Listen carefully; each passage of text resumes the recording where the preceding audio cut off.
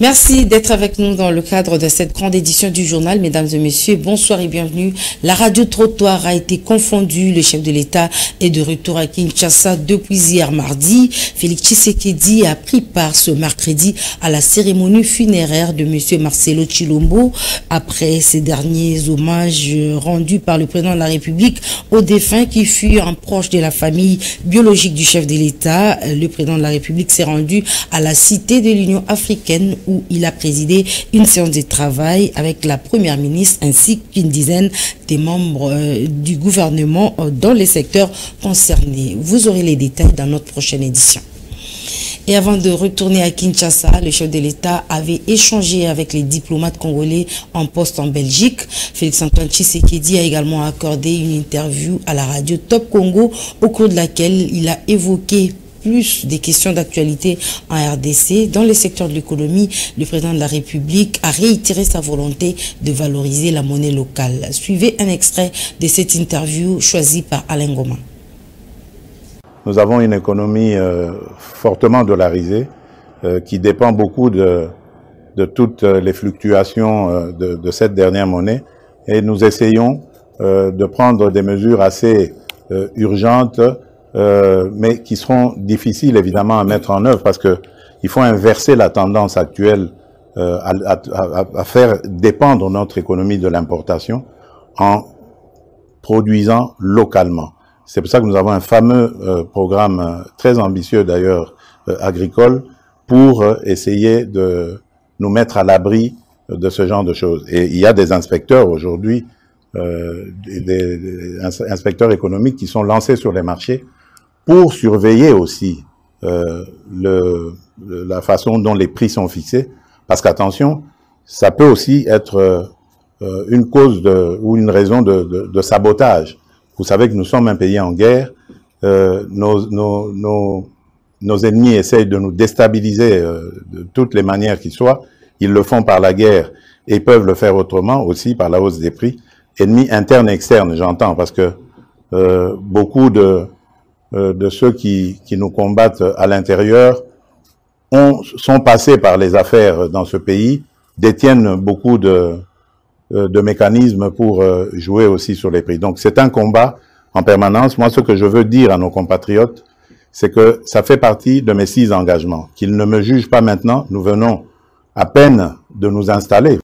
Le respect des accords de cessez-le-feu signés entre la RDC et le Rwanda est vivement souhaité par les évêques de la Sainte-Co. Dans un communiqué publié ce mercredi, les prélats catholiques suggèrent la nécessité de renforcer la cohésion nationale pour rétablir la paix dans la région. Les initiatives relatives aux trêves humanitaires ainsi que cet accord de cessez-le-feu conclu à Luanda sont une satisfaction pour ces évêques. L'ONU autorise le soutien logistique de la MONUSCO à la mission de la SADC en RDC. C'est le Conseil de sécurité qui l'a adopté hier mardi. Cette résolution marque une annonce significative dans les efforts internationaux pour rétablir la paix dans l'est de la RDC. Alain Goma. Le Conseil de sécurité des Nations Unies a adopté ce mardi à l'unanimité une résolution autorisant à la mission de l'Organisation des Nations Unies pour la stabilité en République démocratique du Congo, MONUSCO en sigle, à fournir un soutien logistique à la mission de la Communauté de développement de l'Afrique australe en République démocratique du Congo, SAMIR DRC. Déployé depuis le 15 décembre 2023, SAMI DRC a pour mission d'aider le gouvernement de la République démocratique du Congo à rétablir la paix et la sécurité dans l'est du pays où la progression du groupe rebelle M23 a entraîné une escalade de violence. La force de la SADC se prépare à entrer pleinement en action aux côtés de FARDC pour contrer l'avancée du M23 qui a récemment conquis plusieurs localités stratégiques au Nord Kivu. Un rapport du groupe d'experts des Nations Unies indique que le gouvernement du Rwanda a intensifié son soutien au M23, permettant à ces derniers de réaliser des gains territoriaux majeurs dans l'est de la RDC. La crise du M23 qui s'aggrave rapidement risque de provoquer un conflit régional plus large selon les experts. Parallèlement aux mesures militaires, l'ONU mise sur la médiation pour résoudre le conflit. L'organisation a salué l'annonce récente de la présidence angolaise selon laquelle les gouvernements de la RDC et du Rwanda ont convenu d'un cessez-le-feu qui devrait entrer en vigueur le 4 août. Le mécanisme spécial de vérification chargé de surveiller le cessez-le-feu sera renforcé et la MONUSCO se tient prête à soutenir ces mécanismes conformément à son mandat. D'un chapitre à un autre, le président de la Chambre basse du Parlement, Vital Kamerhe, a échangé avec une délégation des conseillers communaux. Ces derniers sont venus exposer leurs doléances au speaker de la Chambre basse afin que ces derniers puissent s'impliquer dans l'organisation des élections des bourgmestres. Suivez les détails dans ce reportage. Ayant appris la tourmente dans laquelle se trouvent les conseillers communaux de la République démocratique du Congo, le président de l'Assemblée nationale, le professeur Vital Kamerhe, accompagné du rapporteur Jacques Joly et de la questeur adjointe Grace Nehema, les a réunis le mardi 9 août 2024 dans la salle de banquet du Palais du Peuple pour échanger autour de leurs desiderata. Prenant la parole au nom de tous les conseillers communaux de la RDC, le conseiller Willy Zembela, élu de la commune de Bimpemba au Kasaï central, a brossé succinctement les grandes lignes de leurs revendications. Depuis notre élection, honorable président, nous avons connu de multiples problèmes liés aux infrastructures de travail. Dans tous les conseils communaux de la République, au moins 97% souffrent de cette situation. Ces problèmes, c'est une sorte d'incompatibilité qui existe entre les conseils communaux et les organes exécutifs communaux.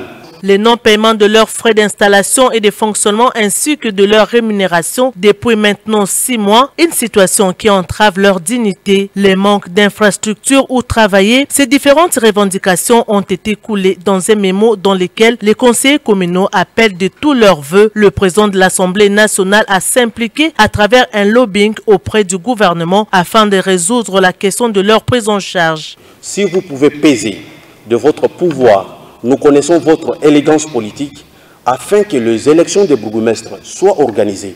Cela va ouvrir une voie à une meilleure collaboration au niveau local. Avec une oreille attentive, le président de l'Assemblée nationale a écouté chacun des intervenants avant de rencontrer un à un chaque problème soulevé. Il a relevé le fait que les conseillers communaux ont droit de jouir de leur mandat en travaillant dans de bonnes conditions. Vous êtes effectivement l'émanation du peuple congolais dans vos fiefs où vous avez été élus. Soyez-en fiers. Il n'y a point d'énergie, ni d'intelligence, ni de courage pour servir le peuple si soi-même on souffre de la première maladie qui s'appelle la faim. Vous avez frappé aussi à la bonne porte, la porte des élus.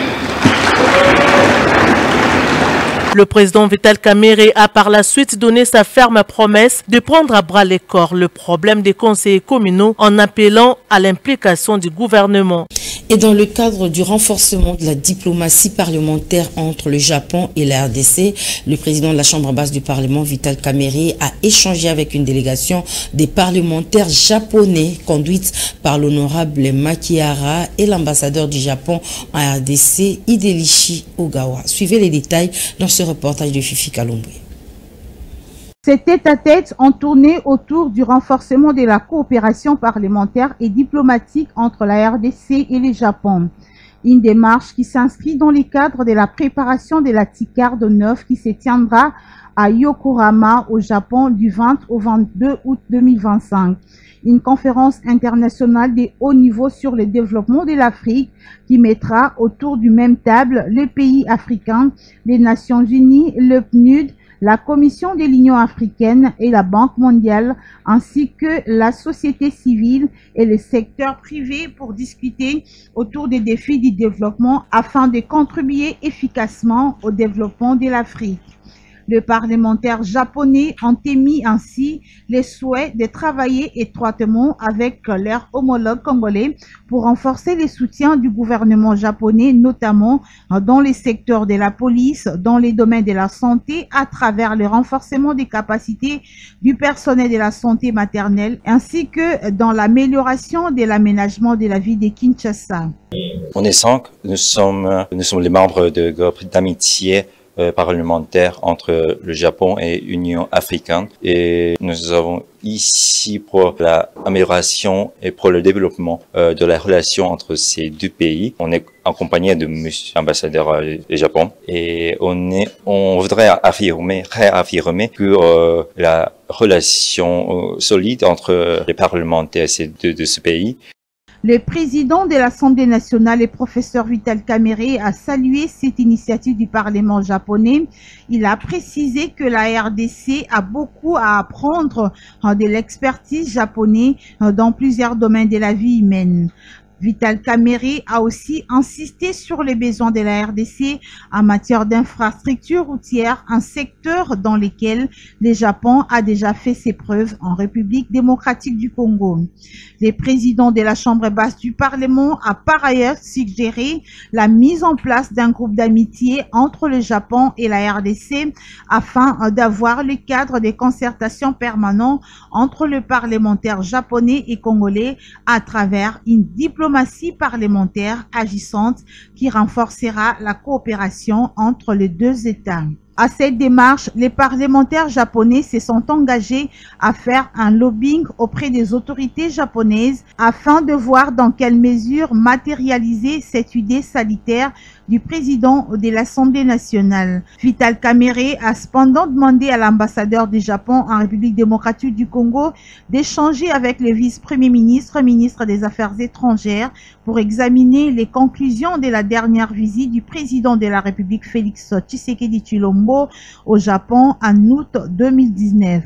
Ceci pourra permettre de faire l'état des lieux de la coopération entre les deux pays avant la participation du président de la République démocratique du Congo à la TICAD 9 à l'année prochaine. Ouvrons à présent les chapitres des élections des membres du bureau du Sénat. Après l'examen des dossiers des candidatures, la commission ad hoc a révélé qu'un total de 20 candidatures ont été déposées pour 7 postes du bureau de la Chambre haute du Parlement. 3 candidats, dont Samalou Kondé, Jonas Moukamba et Idrissa Mangala, vont compétir pour le poste du président du Sénat. Sachez également que les candidats uniques de l'UDPS au poste de président de la Chambre haute du Parlement, c'est l'honorable sénateur Afani Idrissa Mangala.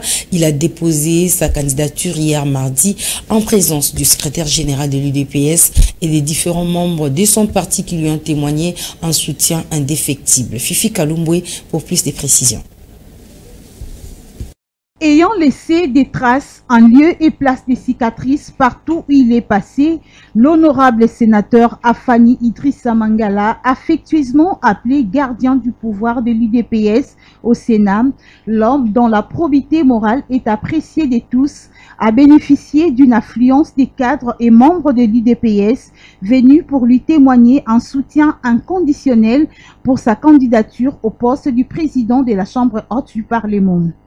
Pour ses sympathisants, l'honorable Afani Idrissa Mangala est le seul et unique choix de l'UDPS à ses postes. Il est le meilleur chauffeur capable de conduire cette chambre des sages sans accident ni incident. Ces choix portés à sa personne viennent couper court à toute spéculation sur la question du tribalisme qui est hors des questions à l'UDPS, car les choix s'opèrent partant des compétences et expériences, étant donné que l'objectif reste le bon résultat final qui compte. Voilà la raison de ces choix portés sur l'honorable Idrissa Afani Mangala, qui a un parcours de gestion élogé et sans tâche, a dit le secrétaire général de l'UDPS, Augustin Kiabouya. Certaines langues ont toujours dit que l'UDPS est un parti politique à caractère tribal. Et aujourd'hui, nous avons porté le choix sur la personne d'Idrissa Mangala, qui est originaire du Maniema, qui n'est pas originaire de la même province que le chef de l'État, qui n'est pas un nouveau venu au sein de l'UDPS, qui a une histoire plus de tout un chacun. C'est par rapport au profil. Après échange entre les sénateurs du parti, les choix étaient portés sur Idrissa Mangala. Et je vous le confirme que c'est le candidat du parti. Ce que nous venons de faire, c'est un droit et non un privilège. Le principe au sein de l'Union sacrée, c'est de tenir compte des poids politiques de tout un chacun. Mais quand vous regardez l'ordre d'arrivée, l'UDPS est la première force politique au niveau du Sénat. Automatiquement, c'est notre droit. Et les gens doivent comprendre que l'UDPS n'a pas pris la place de qui que ce soit. C'est notre droit. Nous avons ce devoir de briguer ce poste. La gestion de la Chambre haute du Parlement n'effraie en rien cet ancien gouverneur de la province du Maniema, car les compétences, l'expérience, l'intelligence et la sagesse ne sont pas les éléments qui manquent à sa personne. Afani Idrissa Mangala, l'espoir de la bonne gestion du Sénat. C'est ce mercredi que la séance d'instruction a été clôturée dans l'affaire de l'attaque de la résidence de l'ancien président Joseph Kabila, débutée depuis les week-ends derniers. Cette séance a consisté à l'identification des prévenus pour avoir commis des actes de violence et tentatives de déguerpissement de l'ancien président de la République de sa résidence de Gelem. Gloria Nkunda pour les détails. Cette séance de poursuite d'instruction dans l'affaire de l'attaque de la résidence de l'ancien président Joseph Kabila a été particulièrement marquée par un débat qui a opposé les avocats de la défense et le ministère public. Pour les avocats de la défense, ces mineurs sont victimes des infractions commises et peuvent être appelés au tribunal, pas en tant qu'accusés, mais pour dénoncer. Tous les prévenus étant identifiés, leur nombre est présent estimé à plus de 65. Ils leur sont reprochés des actes de violence, une tentative de déguerpissement forcé et aussi l'attaque de la résidence de l'ancien président Joseph Kabila. D'où les infractions suivantes sont à leur charge: association des malfaiteurs, vol, destruction méchante, tentative de meurtre. La quasi-totalité de ces prévenus se revendiquent comme faisant partie de la Force du Progrès, un groupe affilié au parti politique UDPS. Pourtant, le secrétaire général du parti, Augustin Kabouya, a affirmé que c'est une base incontrôlée de la Force du Progrès. Ces derniers n'engagent nullement l'UDPS. Il sied de noter que ces auteurs des actes de violence perpétrés à la résidence de l'ancien président de la République sont partis d'un conflit immobilier opposant M. Kabamba Moulumba de l'immeuble Kamoul Inter et la société Blue Development, propriété de M. Eric, un Israélien. Chacune des parties a eu à bénéficier des décisions de la justice qui ont conduit à des déguerpissements et à des réinstallations. Un autre procès en cours, c'est celui relatif au coup d'État manqué du 19 mai dernier. Le tribunal est en train de procéder à la comparaison des déclarations des prévenus du Congo central et ceux de Kinshasa. Les détails dans cet élément signé par Alain Ngoma. Lentement et sûrement, le tribunal militaire garnison de Kinshasa-Gombe, siégeant en audience foraine à la prison militaire de Ndolo dans le cadre de l'affaire relative à la tentative de coup d'État, se dirige désormais vers la fin de l'étape liée à l'instruction de cette affaire. Après les auditions de prévenus considérés comme emblématiques, tels que le fils Malanga et ses Américains, responsables de l'auberge Momo et autres, le tribunal militaire garnison de Kinshasa-Gombe vient de boucler avec les auditions des prévenus recrutés au Congo central et s'apprête à auditionner ces deux Kinshasa avant de passer à l'étape de visualisation des images. Au cours de cette nouvelle audience, 12 prévenus recrutés en dehors de Matadi, mais dans la province du Congo central, étaient toujours à la barre. Dans leur déclaration, tous les prévenus interrogés affirment avoir été recrutés dans le cadre d'une ONG qui avait pour objectif de leur donner de l'emploi avant d'être contraints, une fois à Kinshasa, de porter des tenues militaires et des armes pour passer en action des événements survenus à Kinshasa à la date du 19 mai 2024. Des déclarations contestées par le ministère public.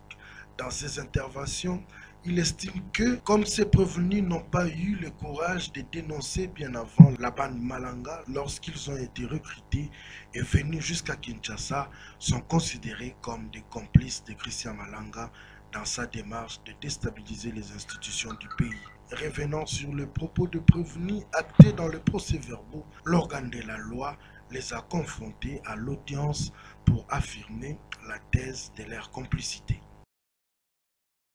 Ouverture ce mercredi des journées d'échange et de formation entre les experts de la Cour pénale internationale, des magistrats congolais et des experts de la Commission nationale des droits de l'homme. Ce forum est organisé par la République démocratique du Congo en partenariat avec le bureau du procureur de la Cour pénale internationale. Fifi Kalumbwe et Torres Atibou pour les détails.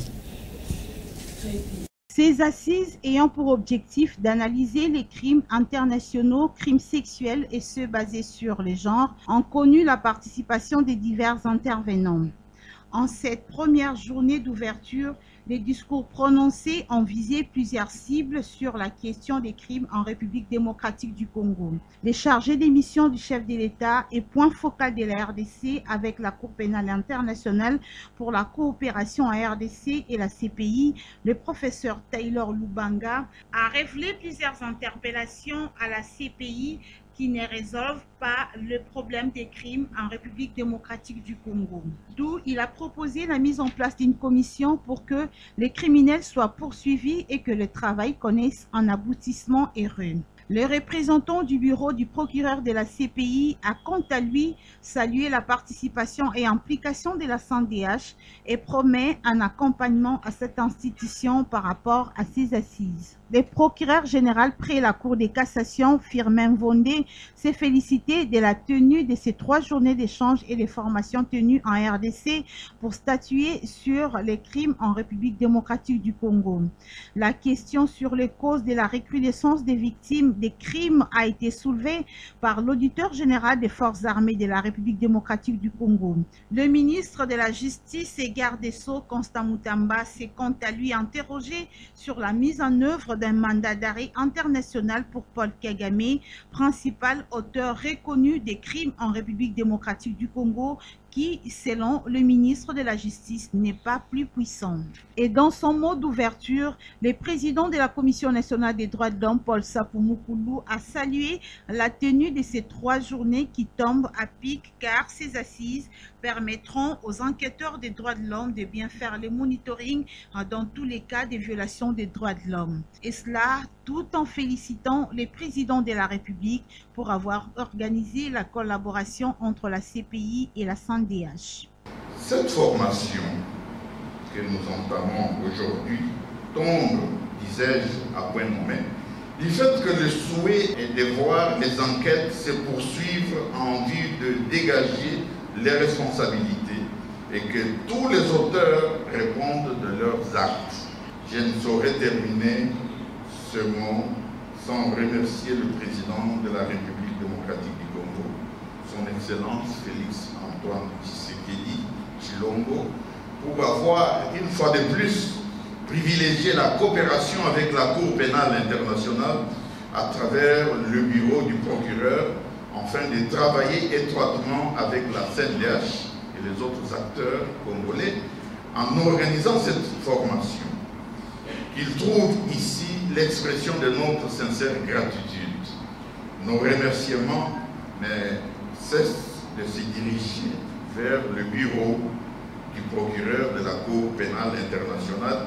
Juste après, les travaux se sont poursuivis en atelier sur les éléments contextuels des crimes internationaux, les crimes sexuels et ceux basés sur les genres. Et retenez que ces assises seront clôturées le vendredi 9 août prochain. Au chapitre de la religion, le chef suprême et président général de la confession religieuse des églises autochtones traditionnelles Bangunza PV Longo Mangele Silubasa a convié tous les représentants légaux et chefs spirituels de sa confession à prendre part à une réunion prévue ce lundi 12 août 2024 au temple des Sayo. Il rappelle que c'est la toute dernière réunion par rapport au moratoire lancé par le ministre de la Justice sur le bon fonctionnement des églises et associations. Suivez. Communiqué, son éminence l'ambassadeur Mangele Silubasa, président général, représentant légal et chef suprême de la confession religieuse des églises autochtones traditionnelles Bangunza PV Longo, en sigle Créatebem, invite tous les représentants légaux et chefs spirituels des églises autochtones traditionnelles Bangunza PV Longo, Nzilankongo, Postolo, Gonda, Mpadi, Ntwalani, Ntaou, Mputu Panzu, Masambukidi, Vuvamu, BDK, Aseka Menga Menga, DKB, Kitawala, Sanière Alaver, Mangongele, Église des Noirs, Malembe, Kikukusa, Demena, Vaika et autres, à une importante réunion, la dernière pour la ville de Kinshasa, avant son départ pour les provinces. C'est lundi 12 août 2024 à 10 h au temple de Bangunza PV à Longo, 6 Sayo 2385, quartier Onel, commune de Kassavubu, référence à Rebima, heure 10 h juste. Cette réunion concerne le message du ministère de la Justice et Garde des Sceaux en rapport avec la nouvelle politique de fonctionnement des églises en République démocratique du Congo. Notez bien, seuls les représentants légaux et chefs spirituels y sont attendus, pas des délégués. Ce communiqué est signé par son éminence l'ambassadeur Mangele Silubasa, président général et représentant légal, chef suprême des Bangunza. Pour tout contact, appelez au plus 243 98 175 54 ou encore au plus 243 89 60 13 499. Ces communiqués tient lieu de faire part. Cordial bienvenue à tous. Mesdames et messieurs, ce journal touche à sa fin. Merci de votre aimable attention. Excellente suite de programme sur la FM Télévision.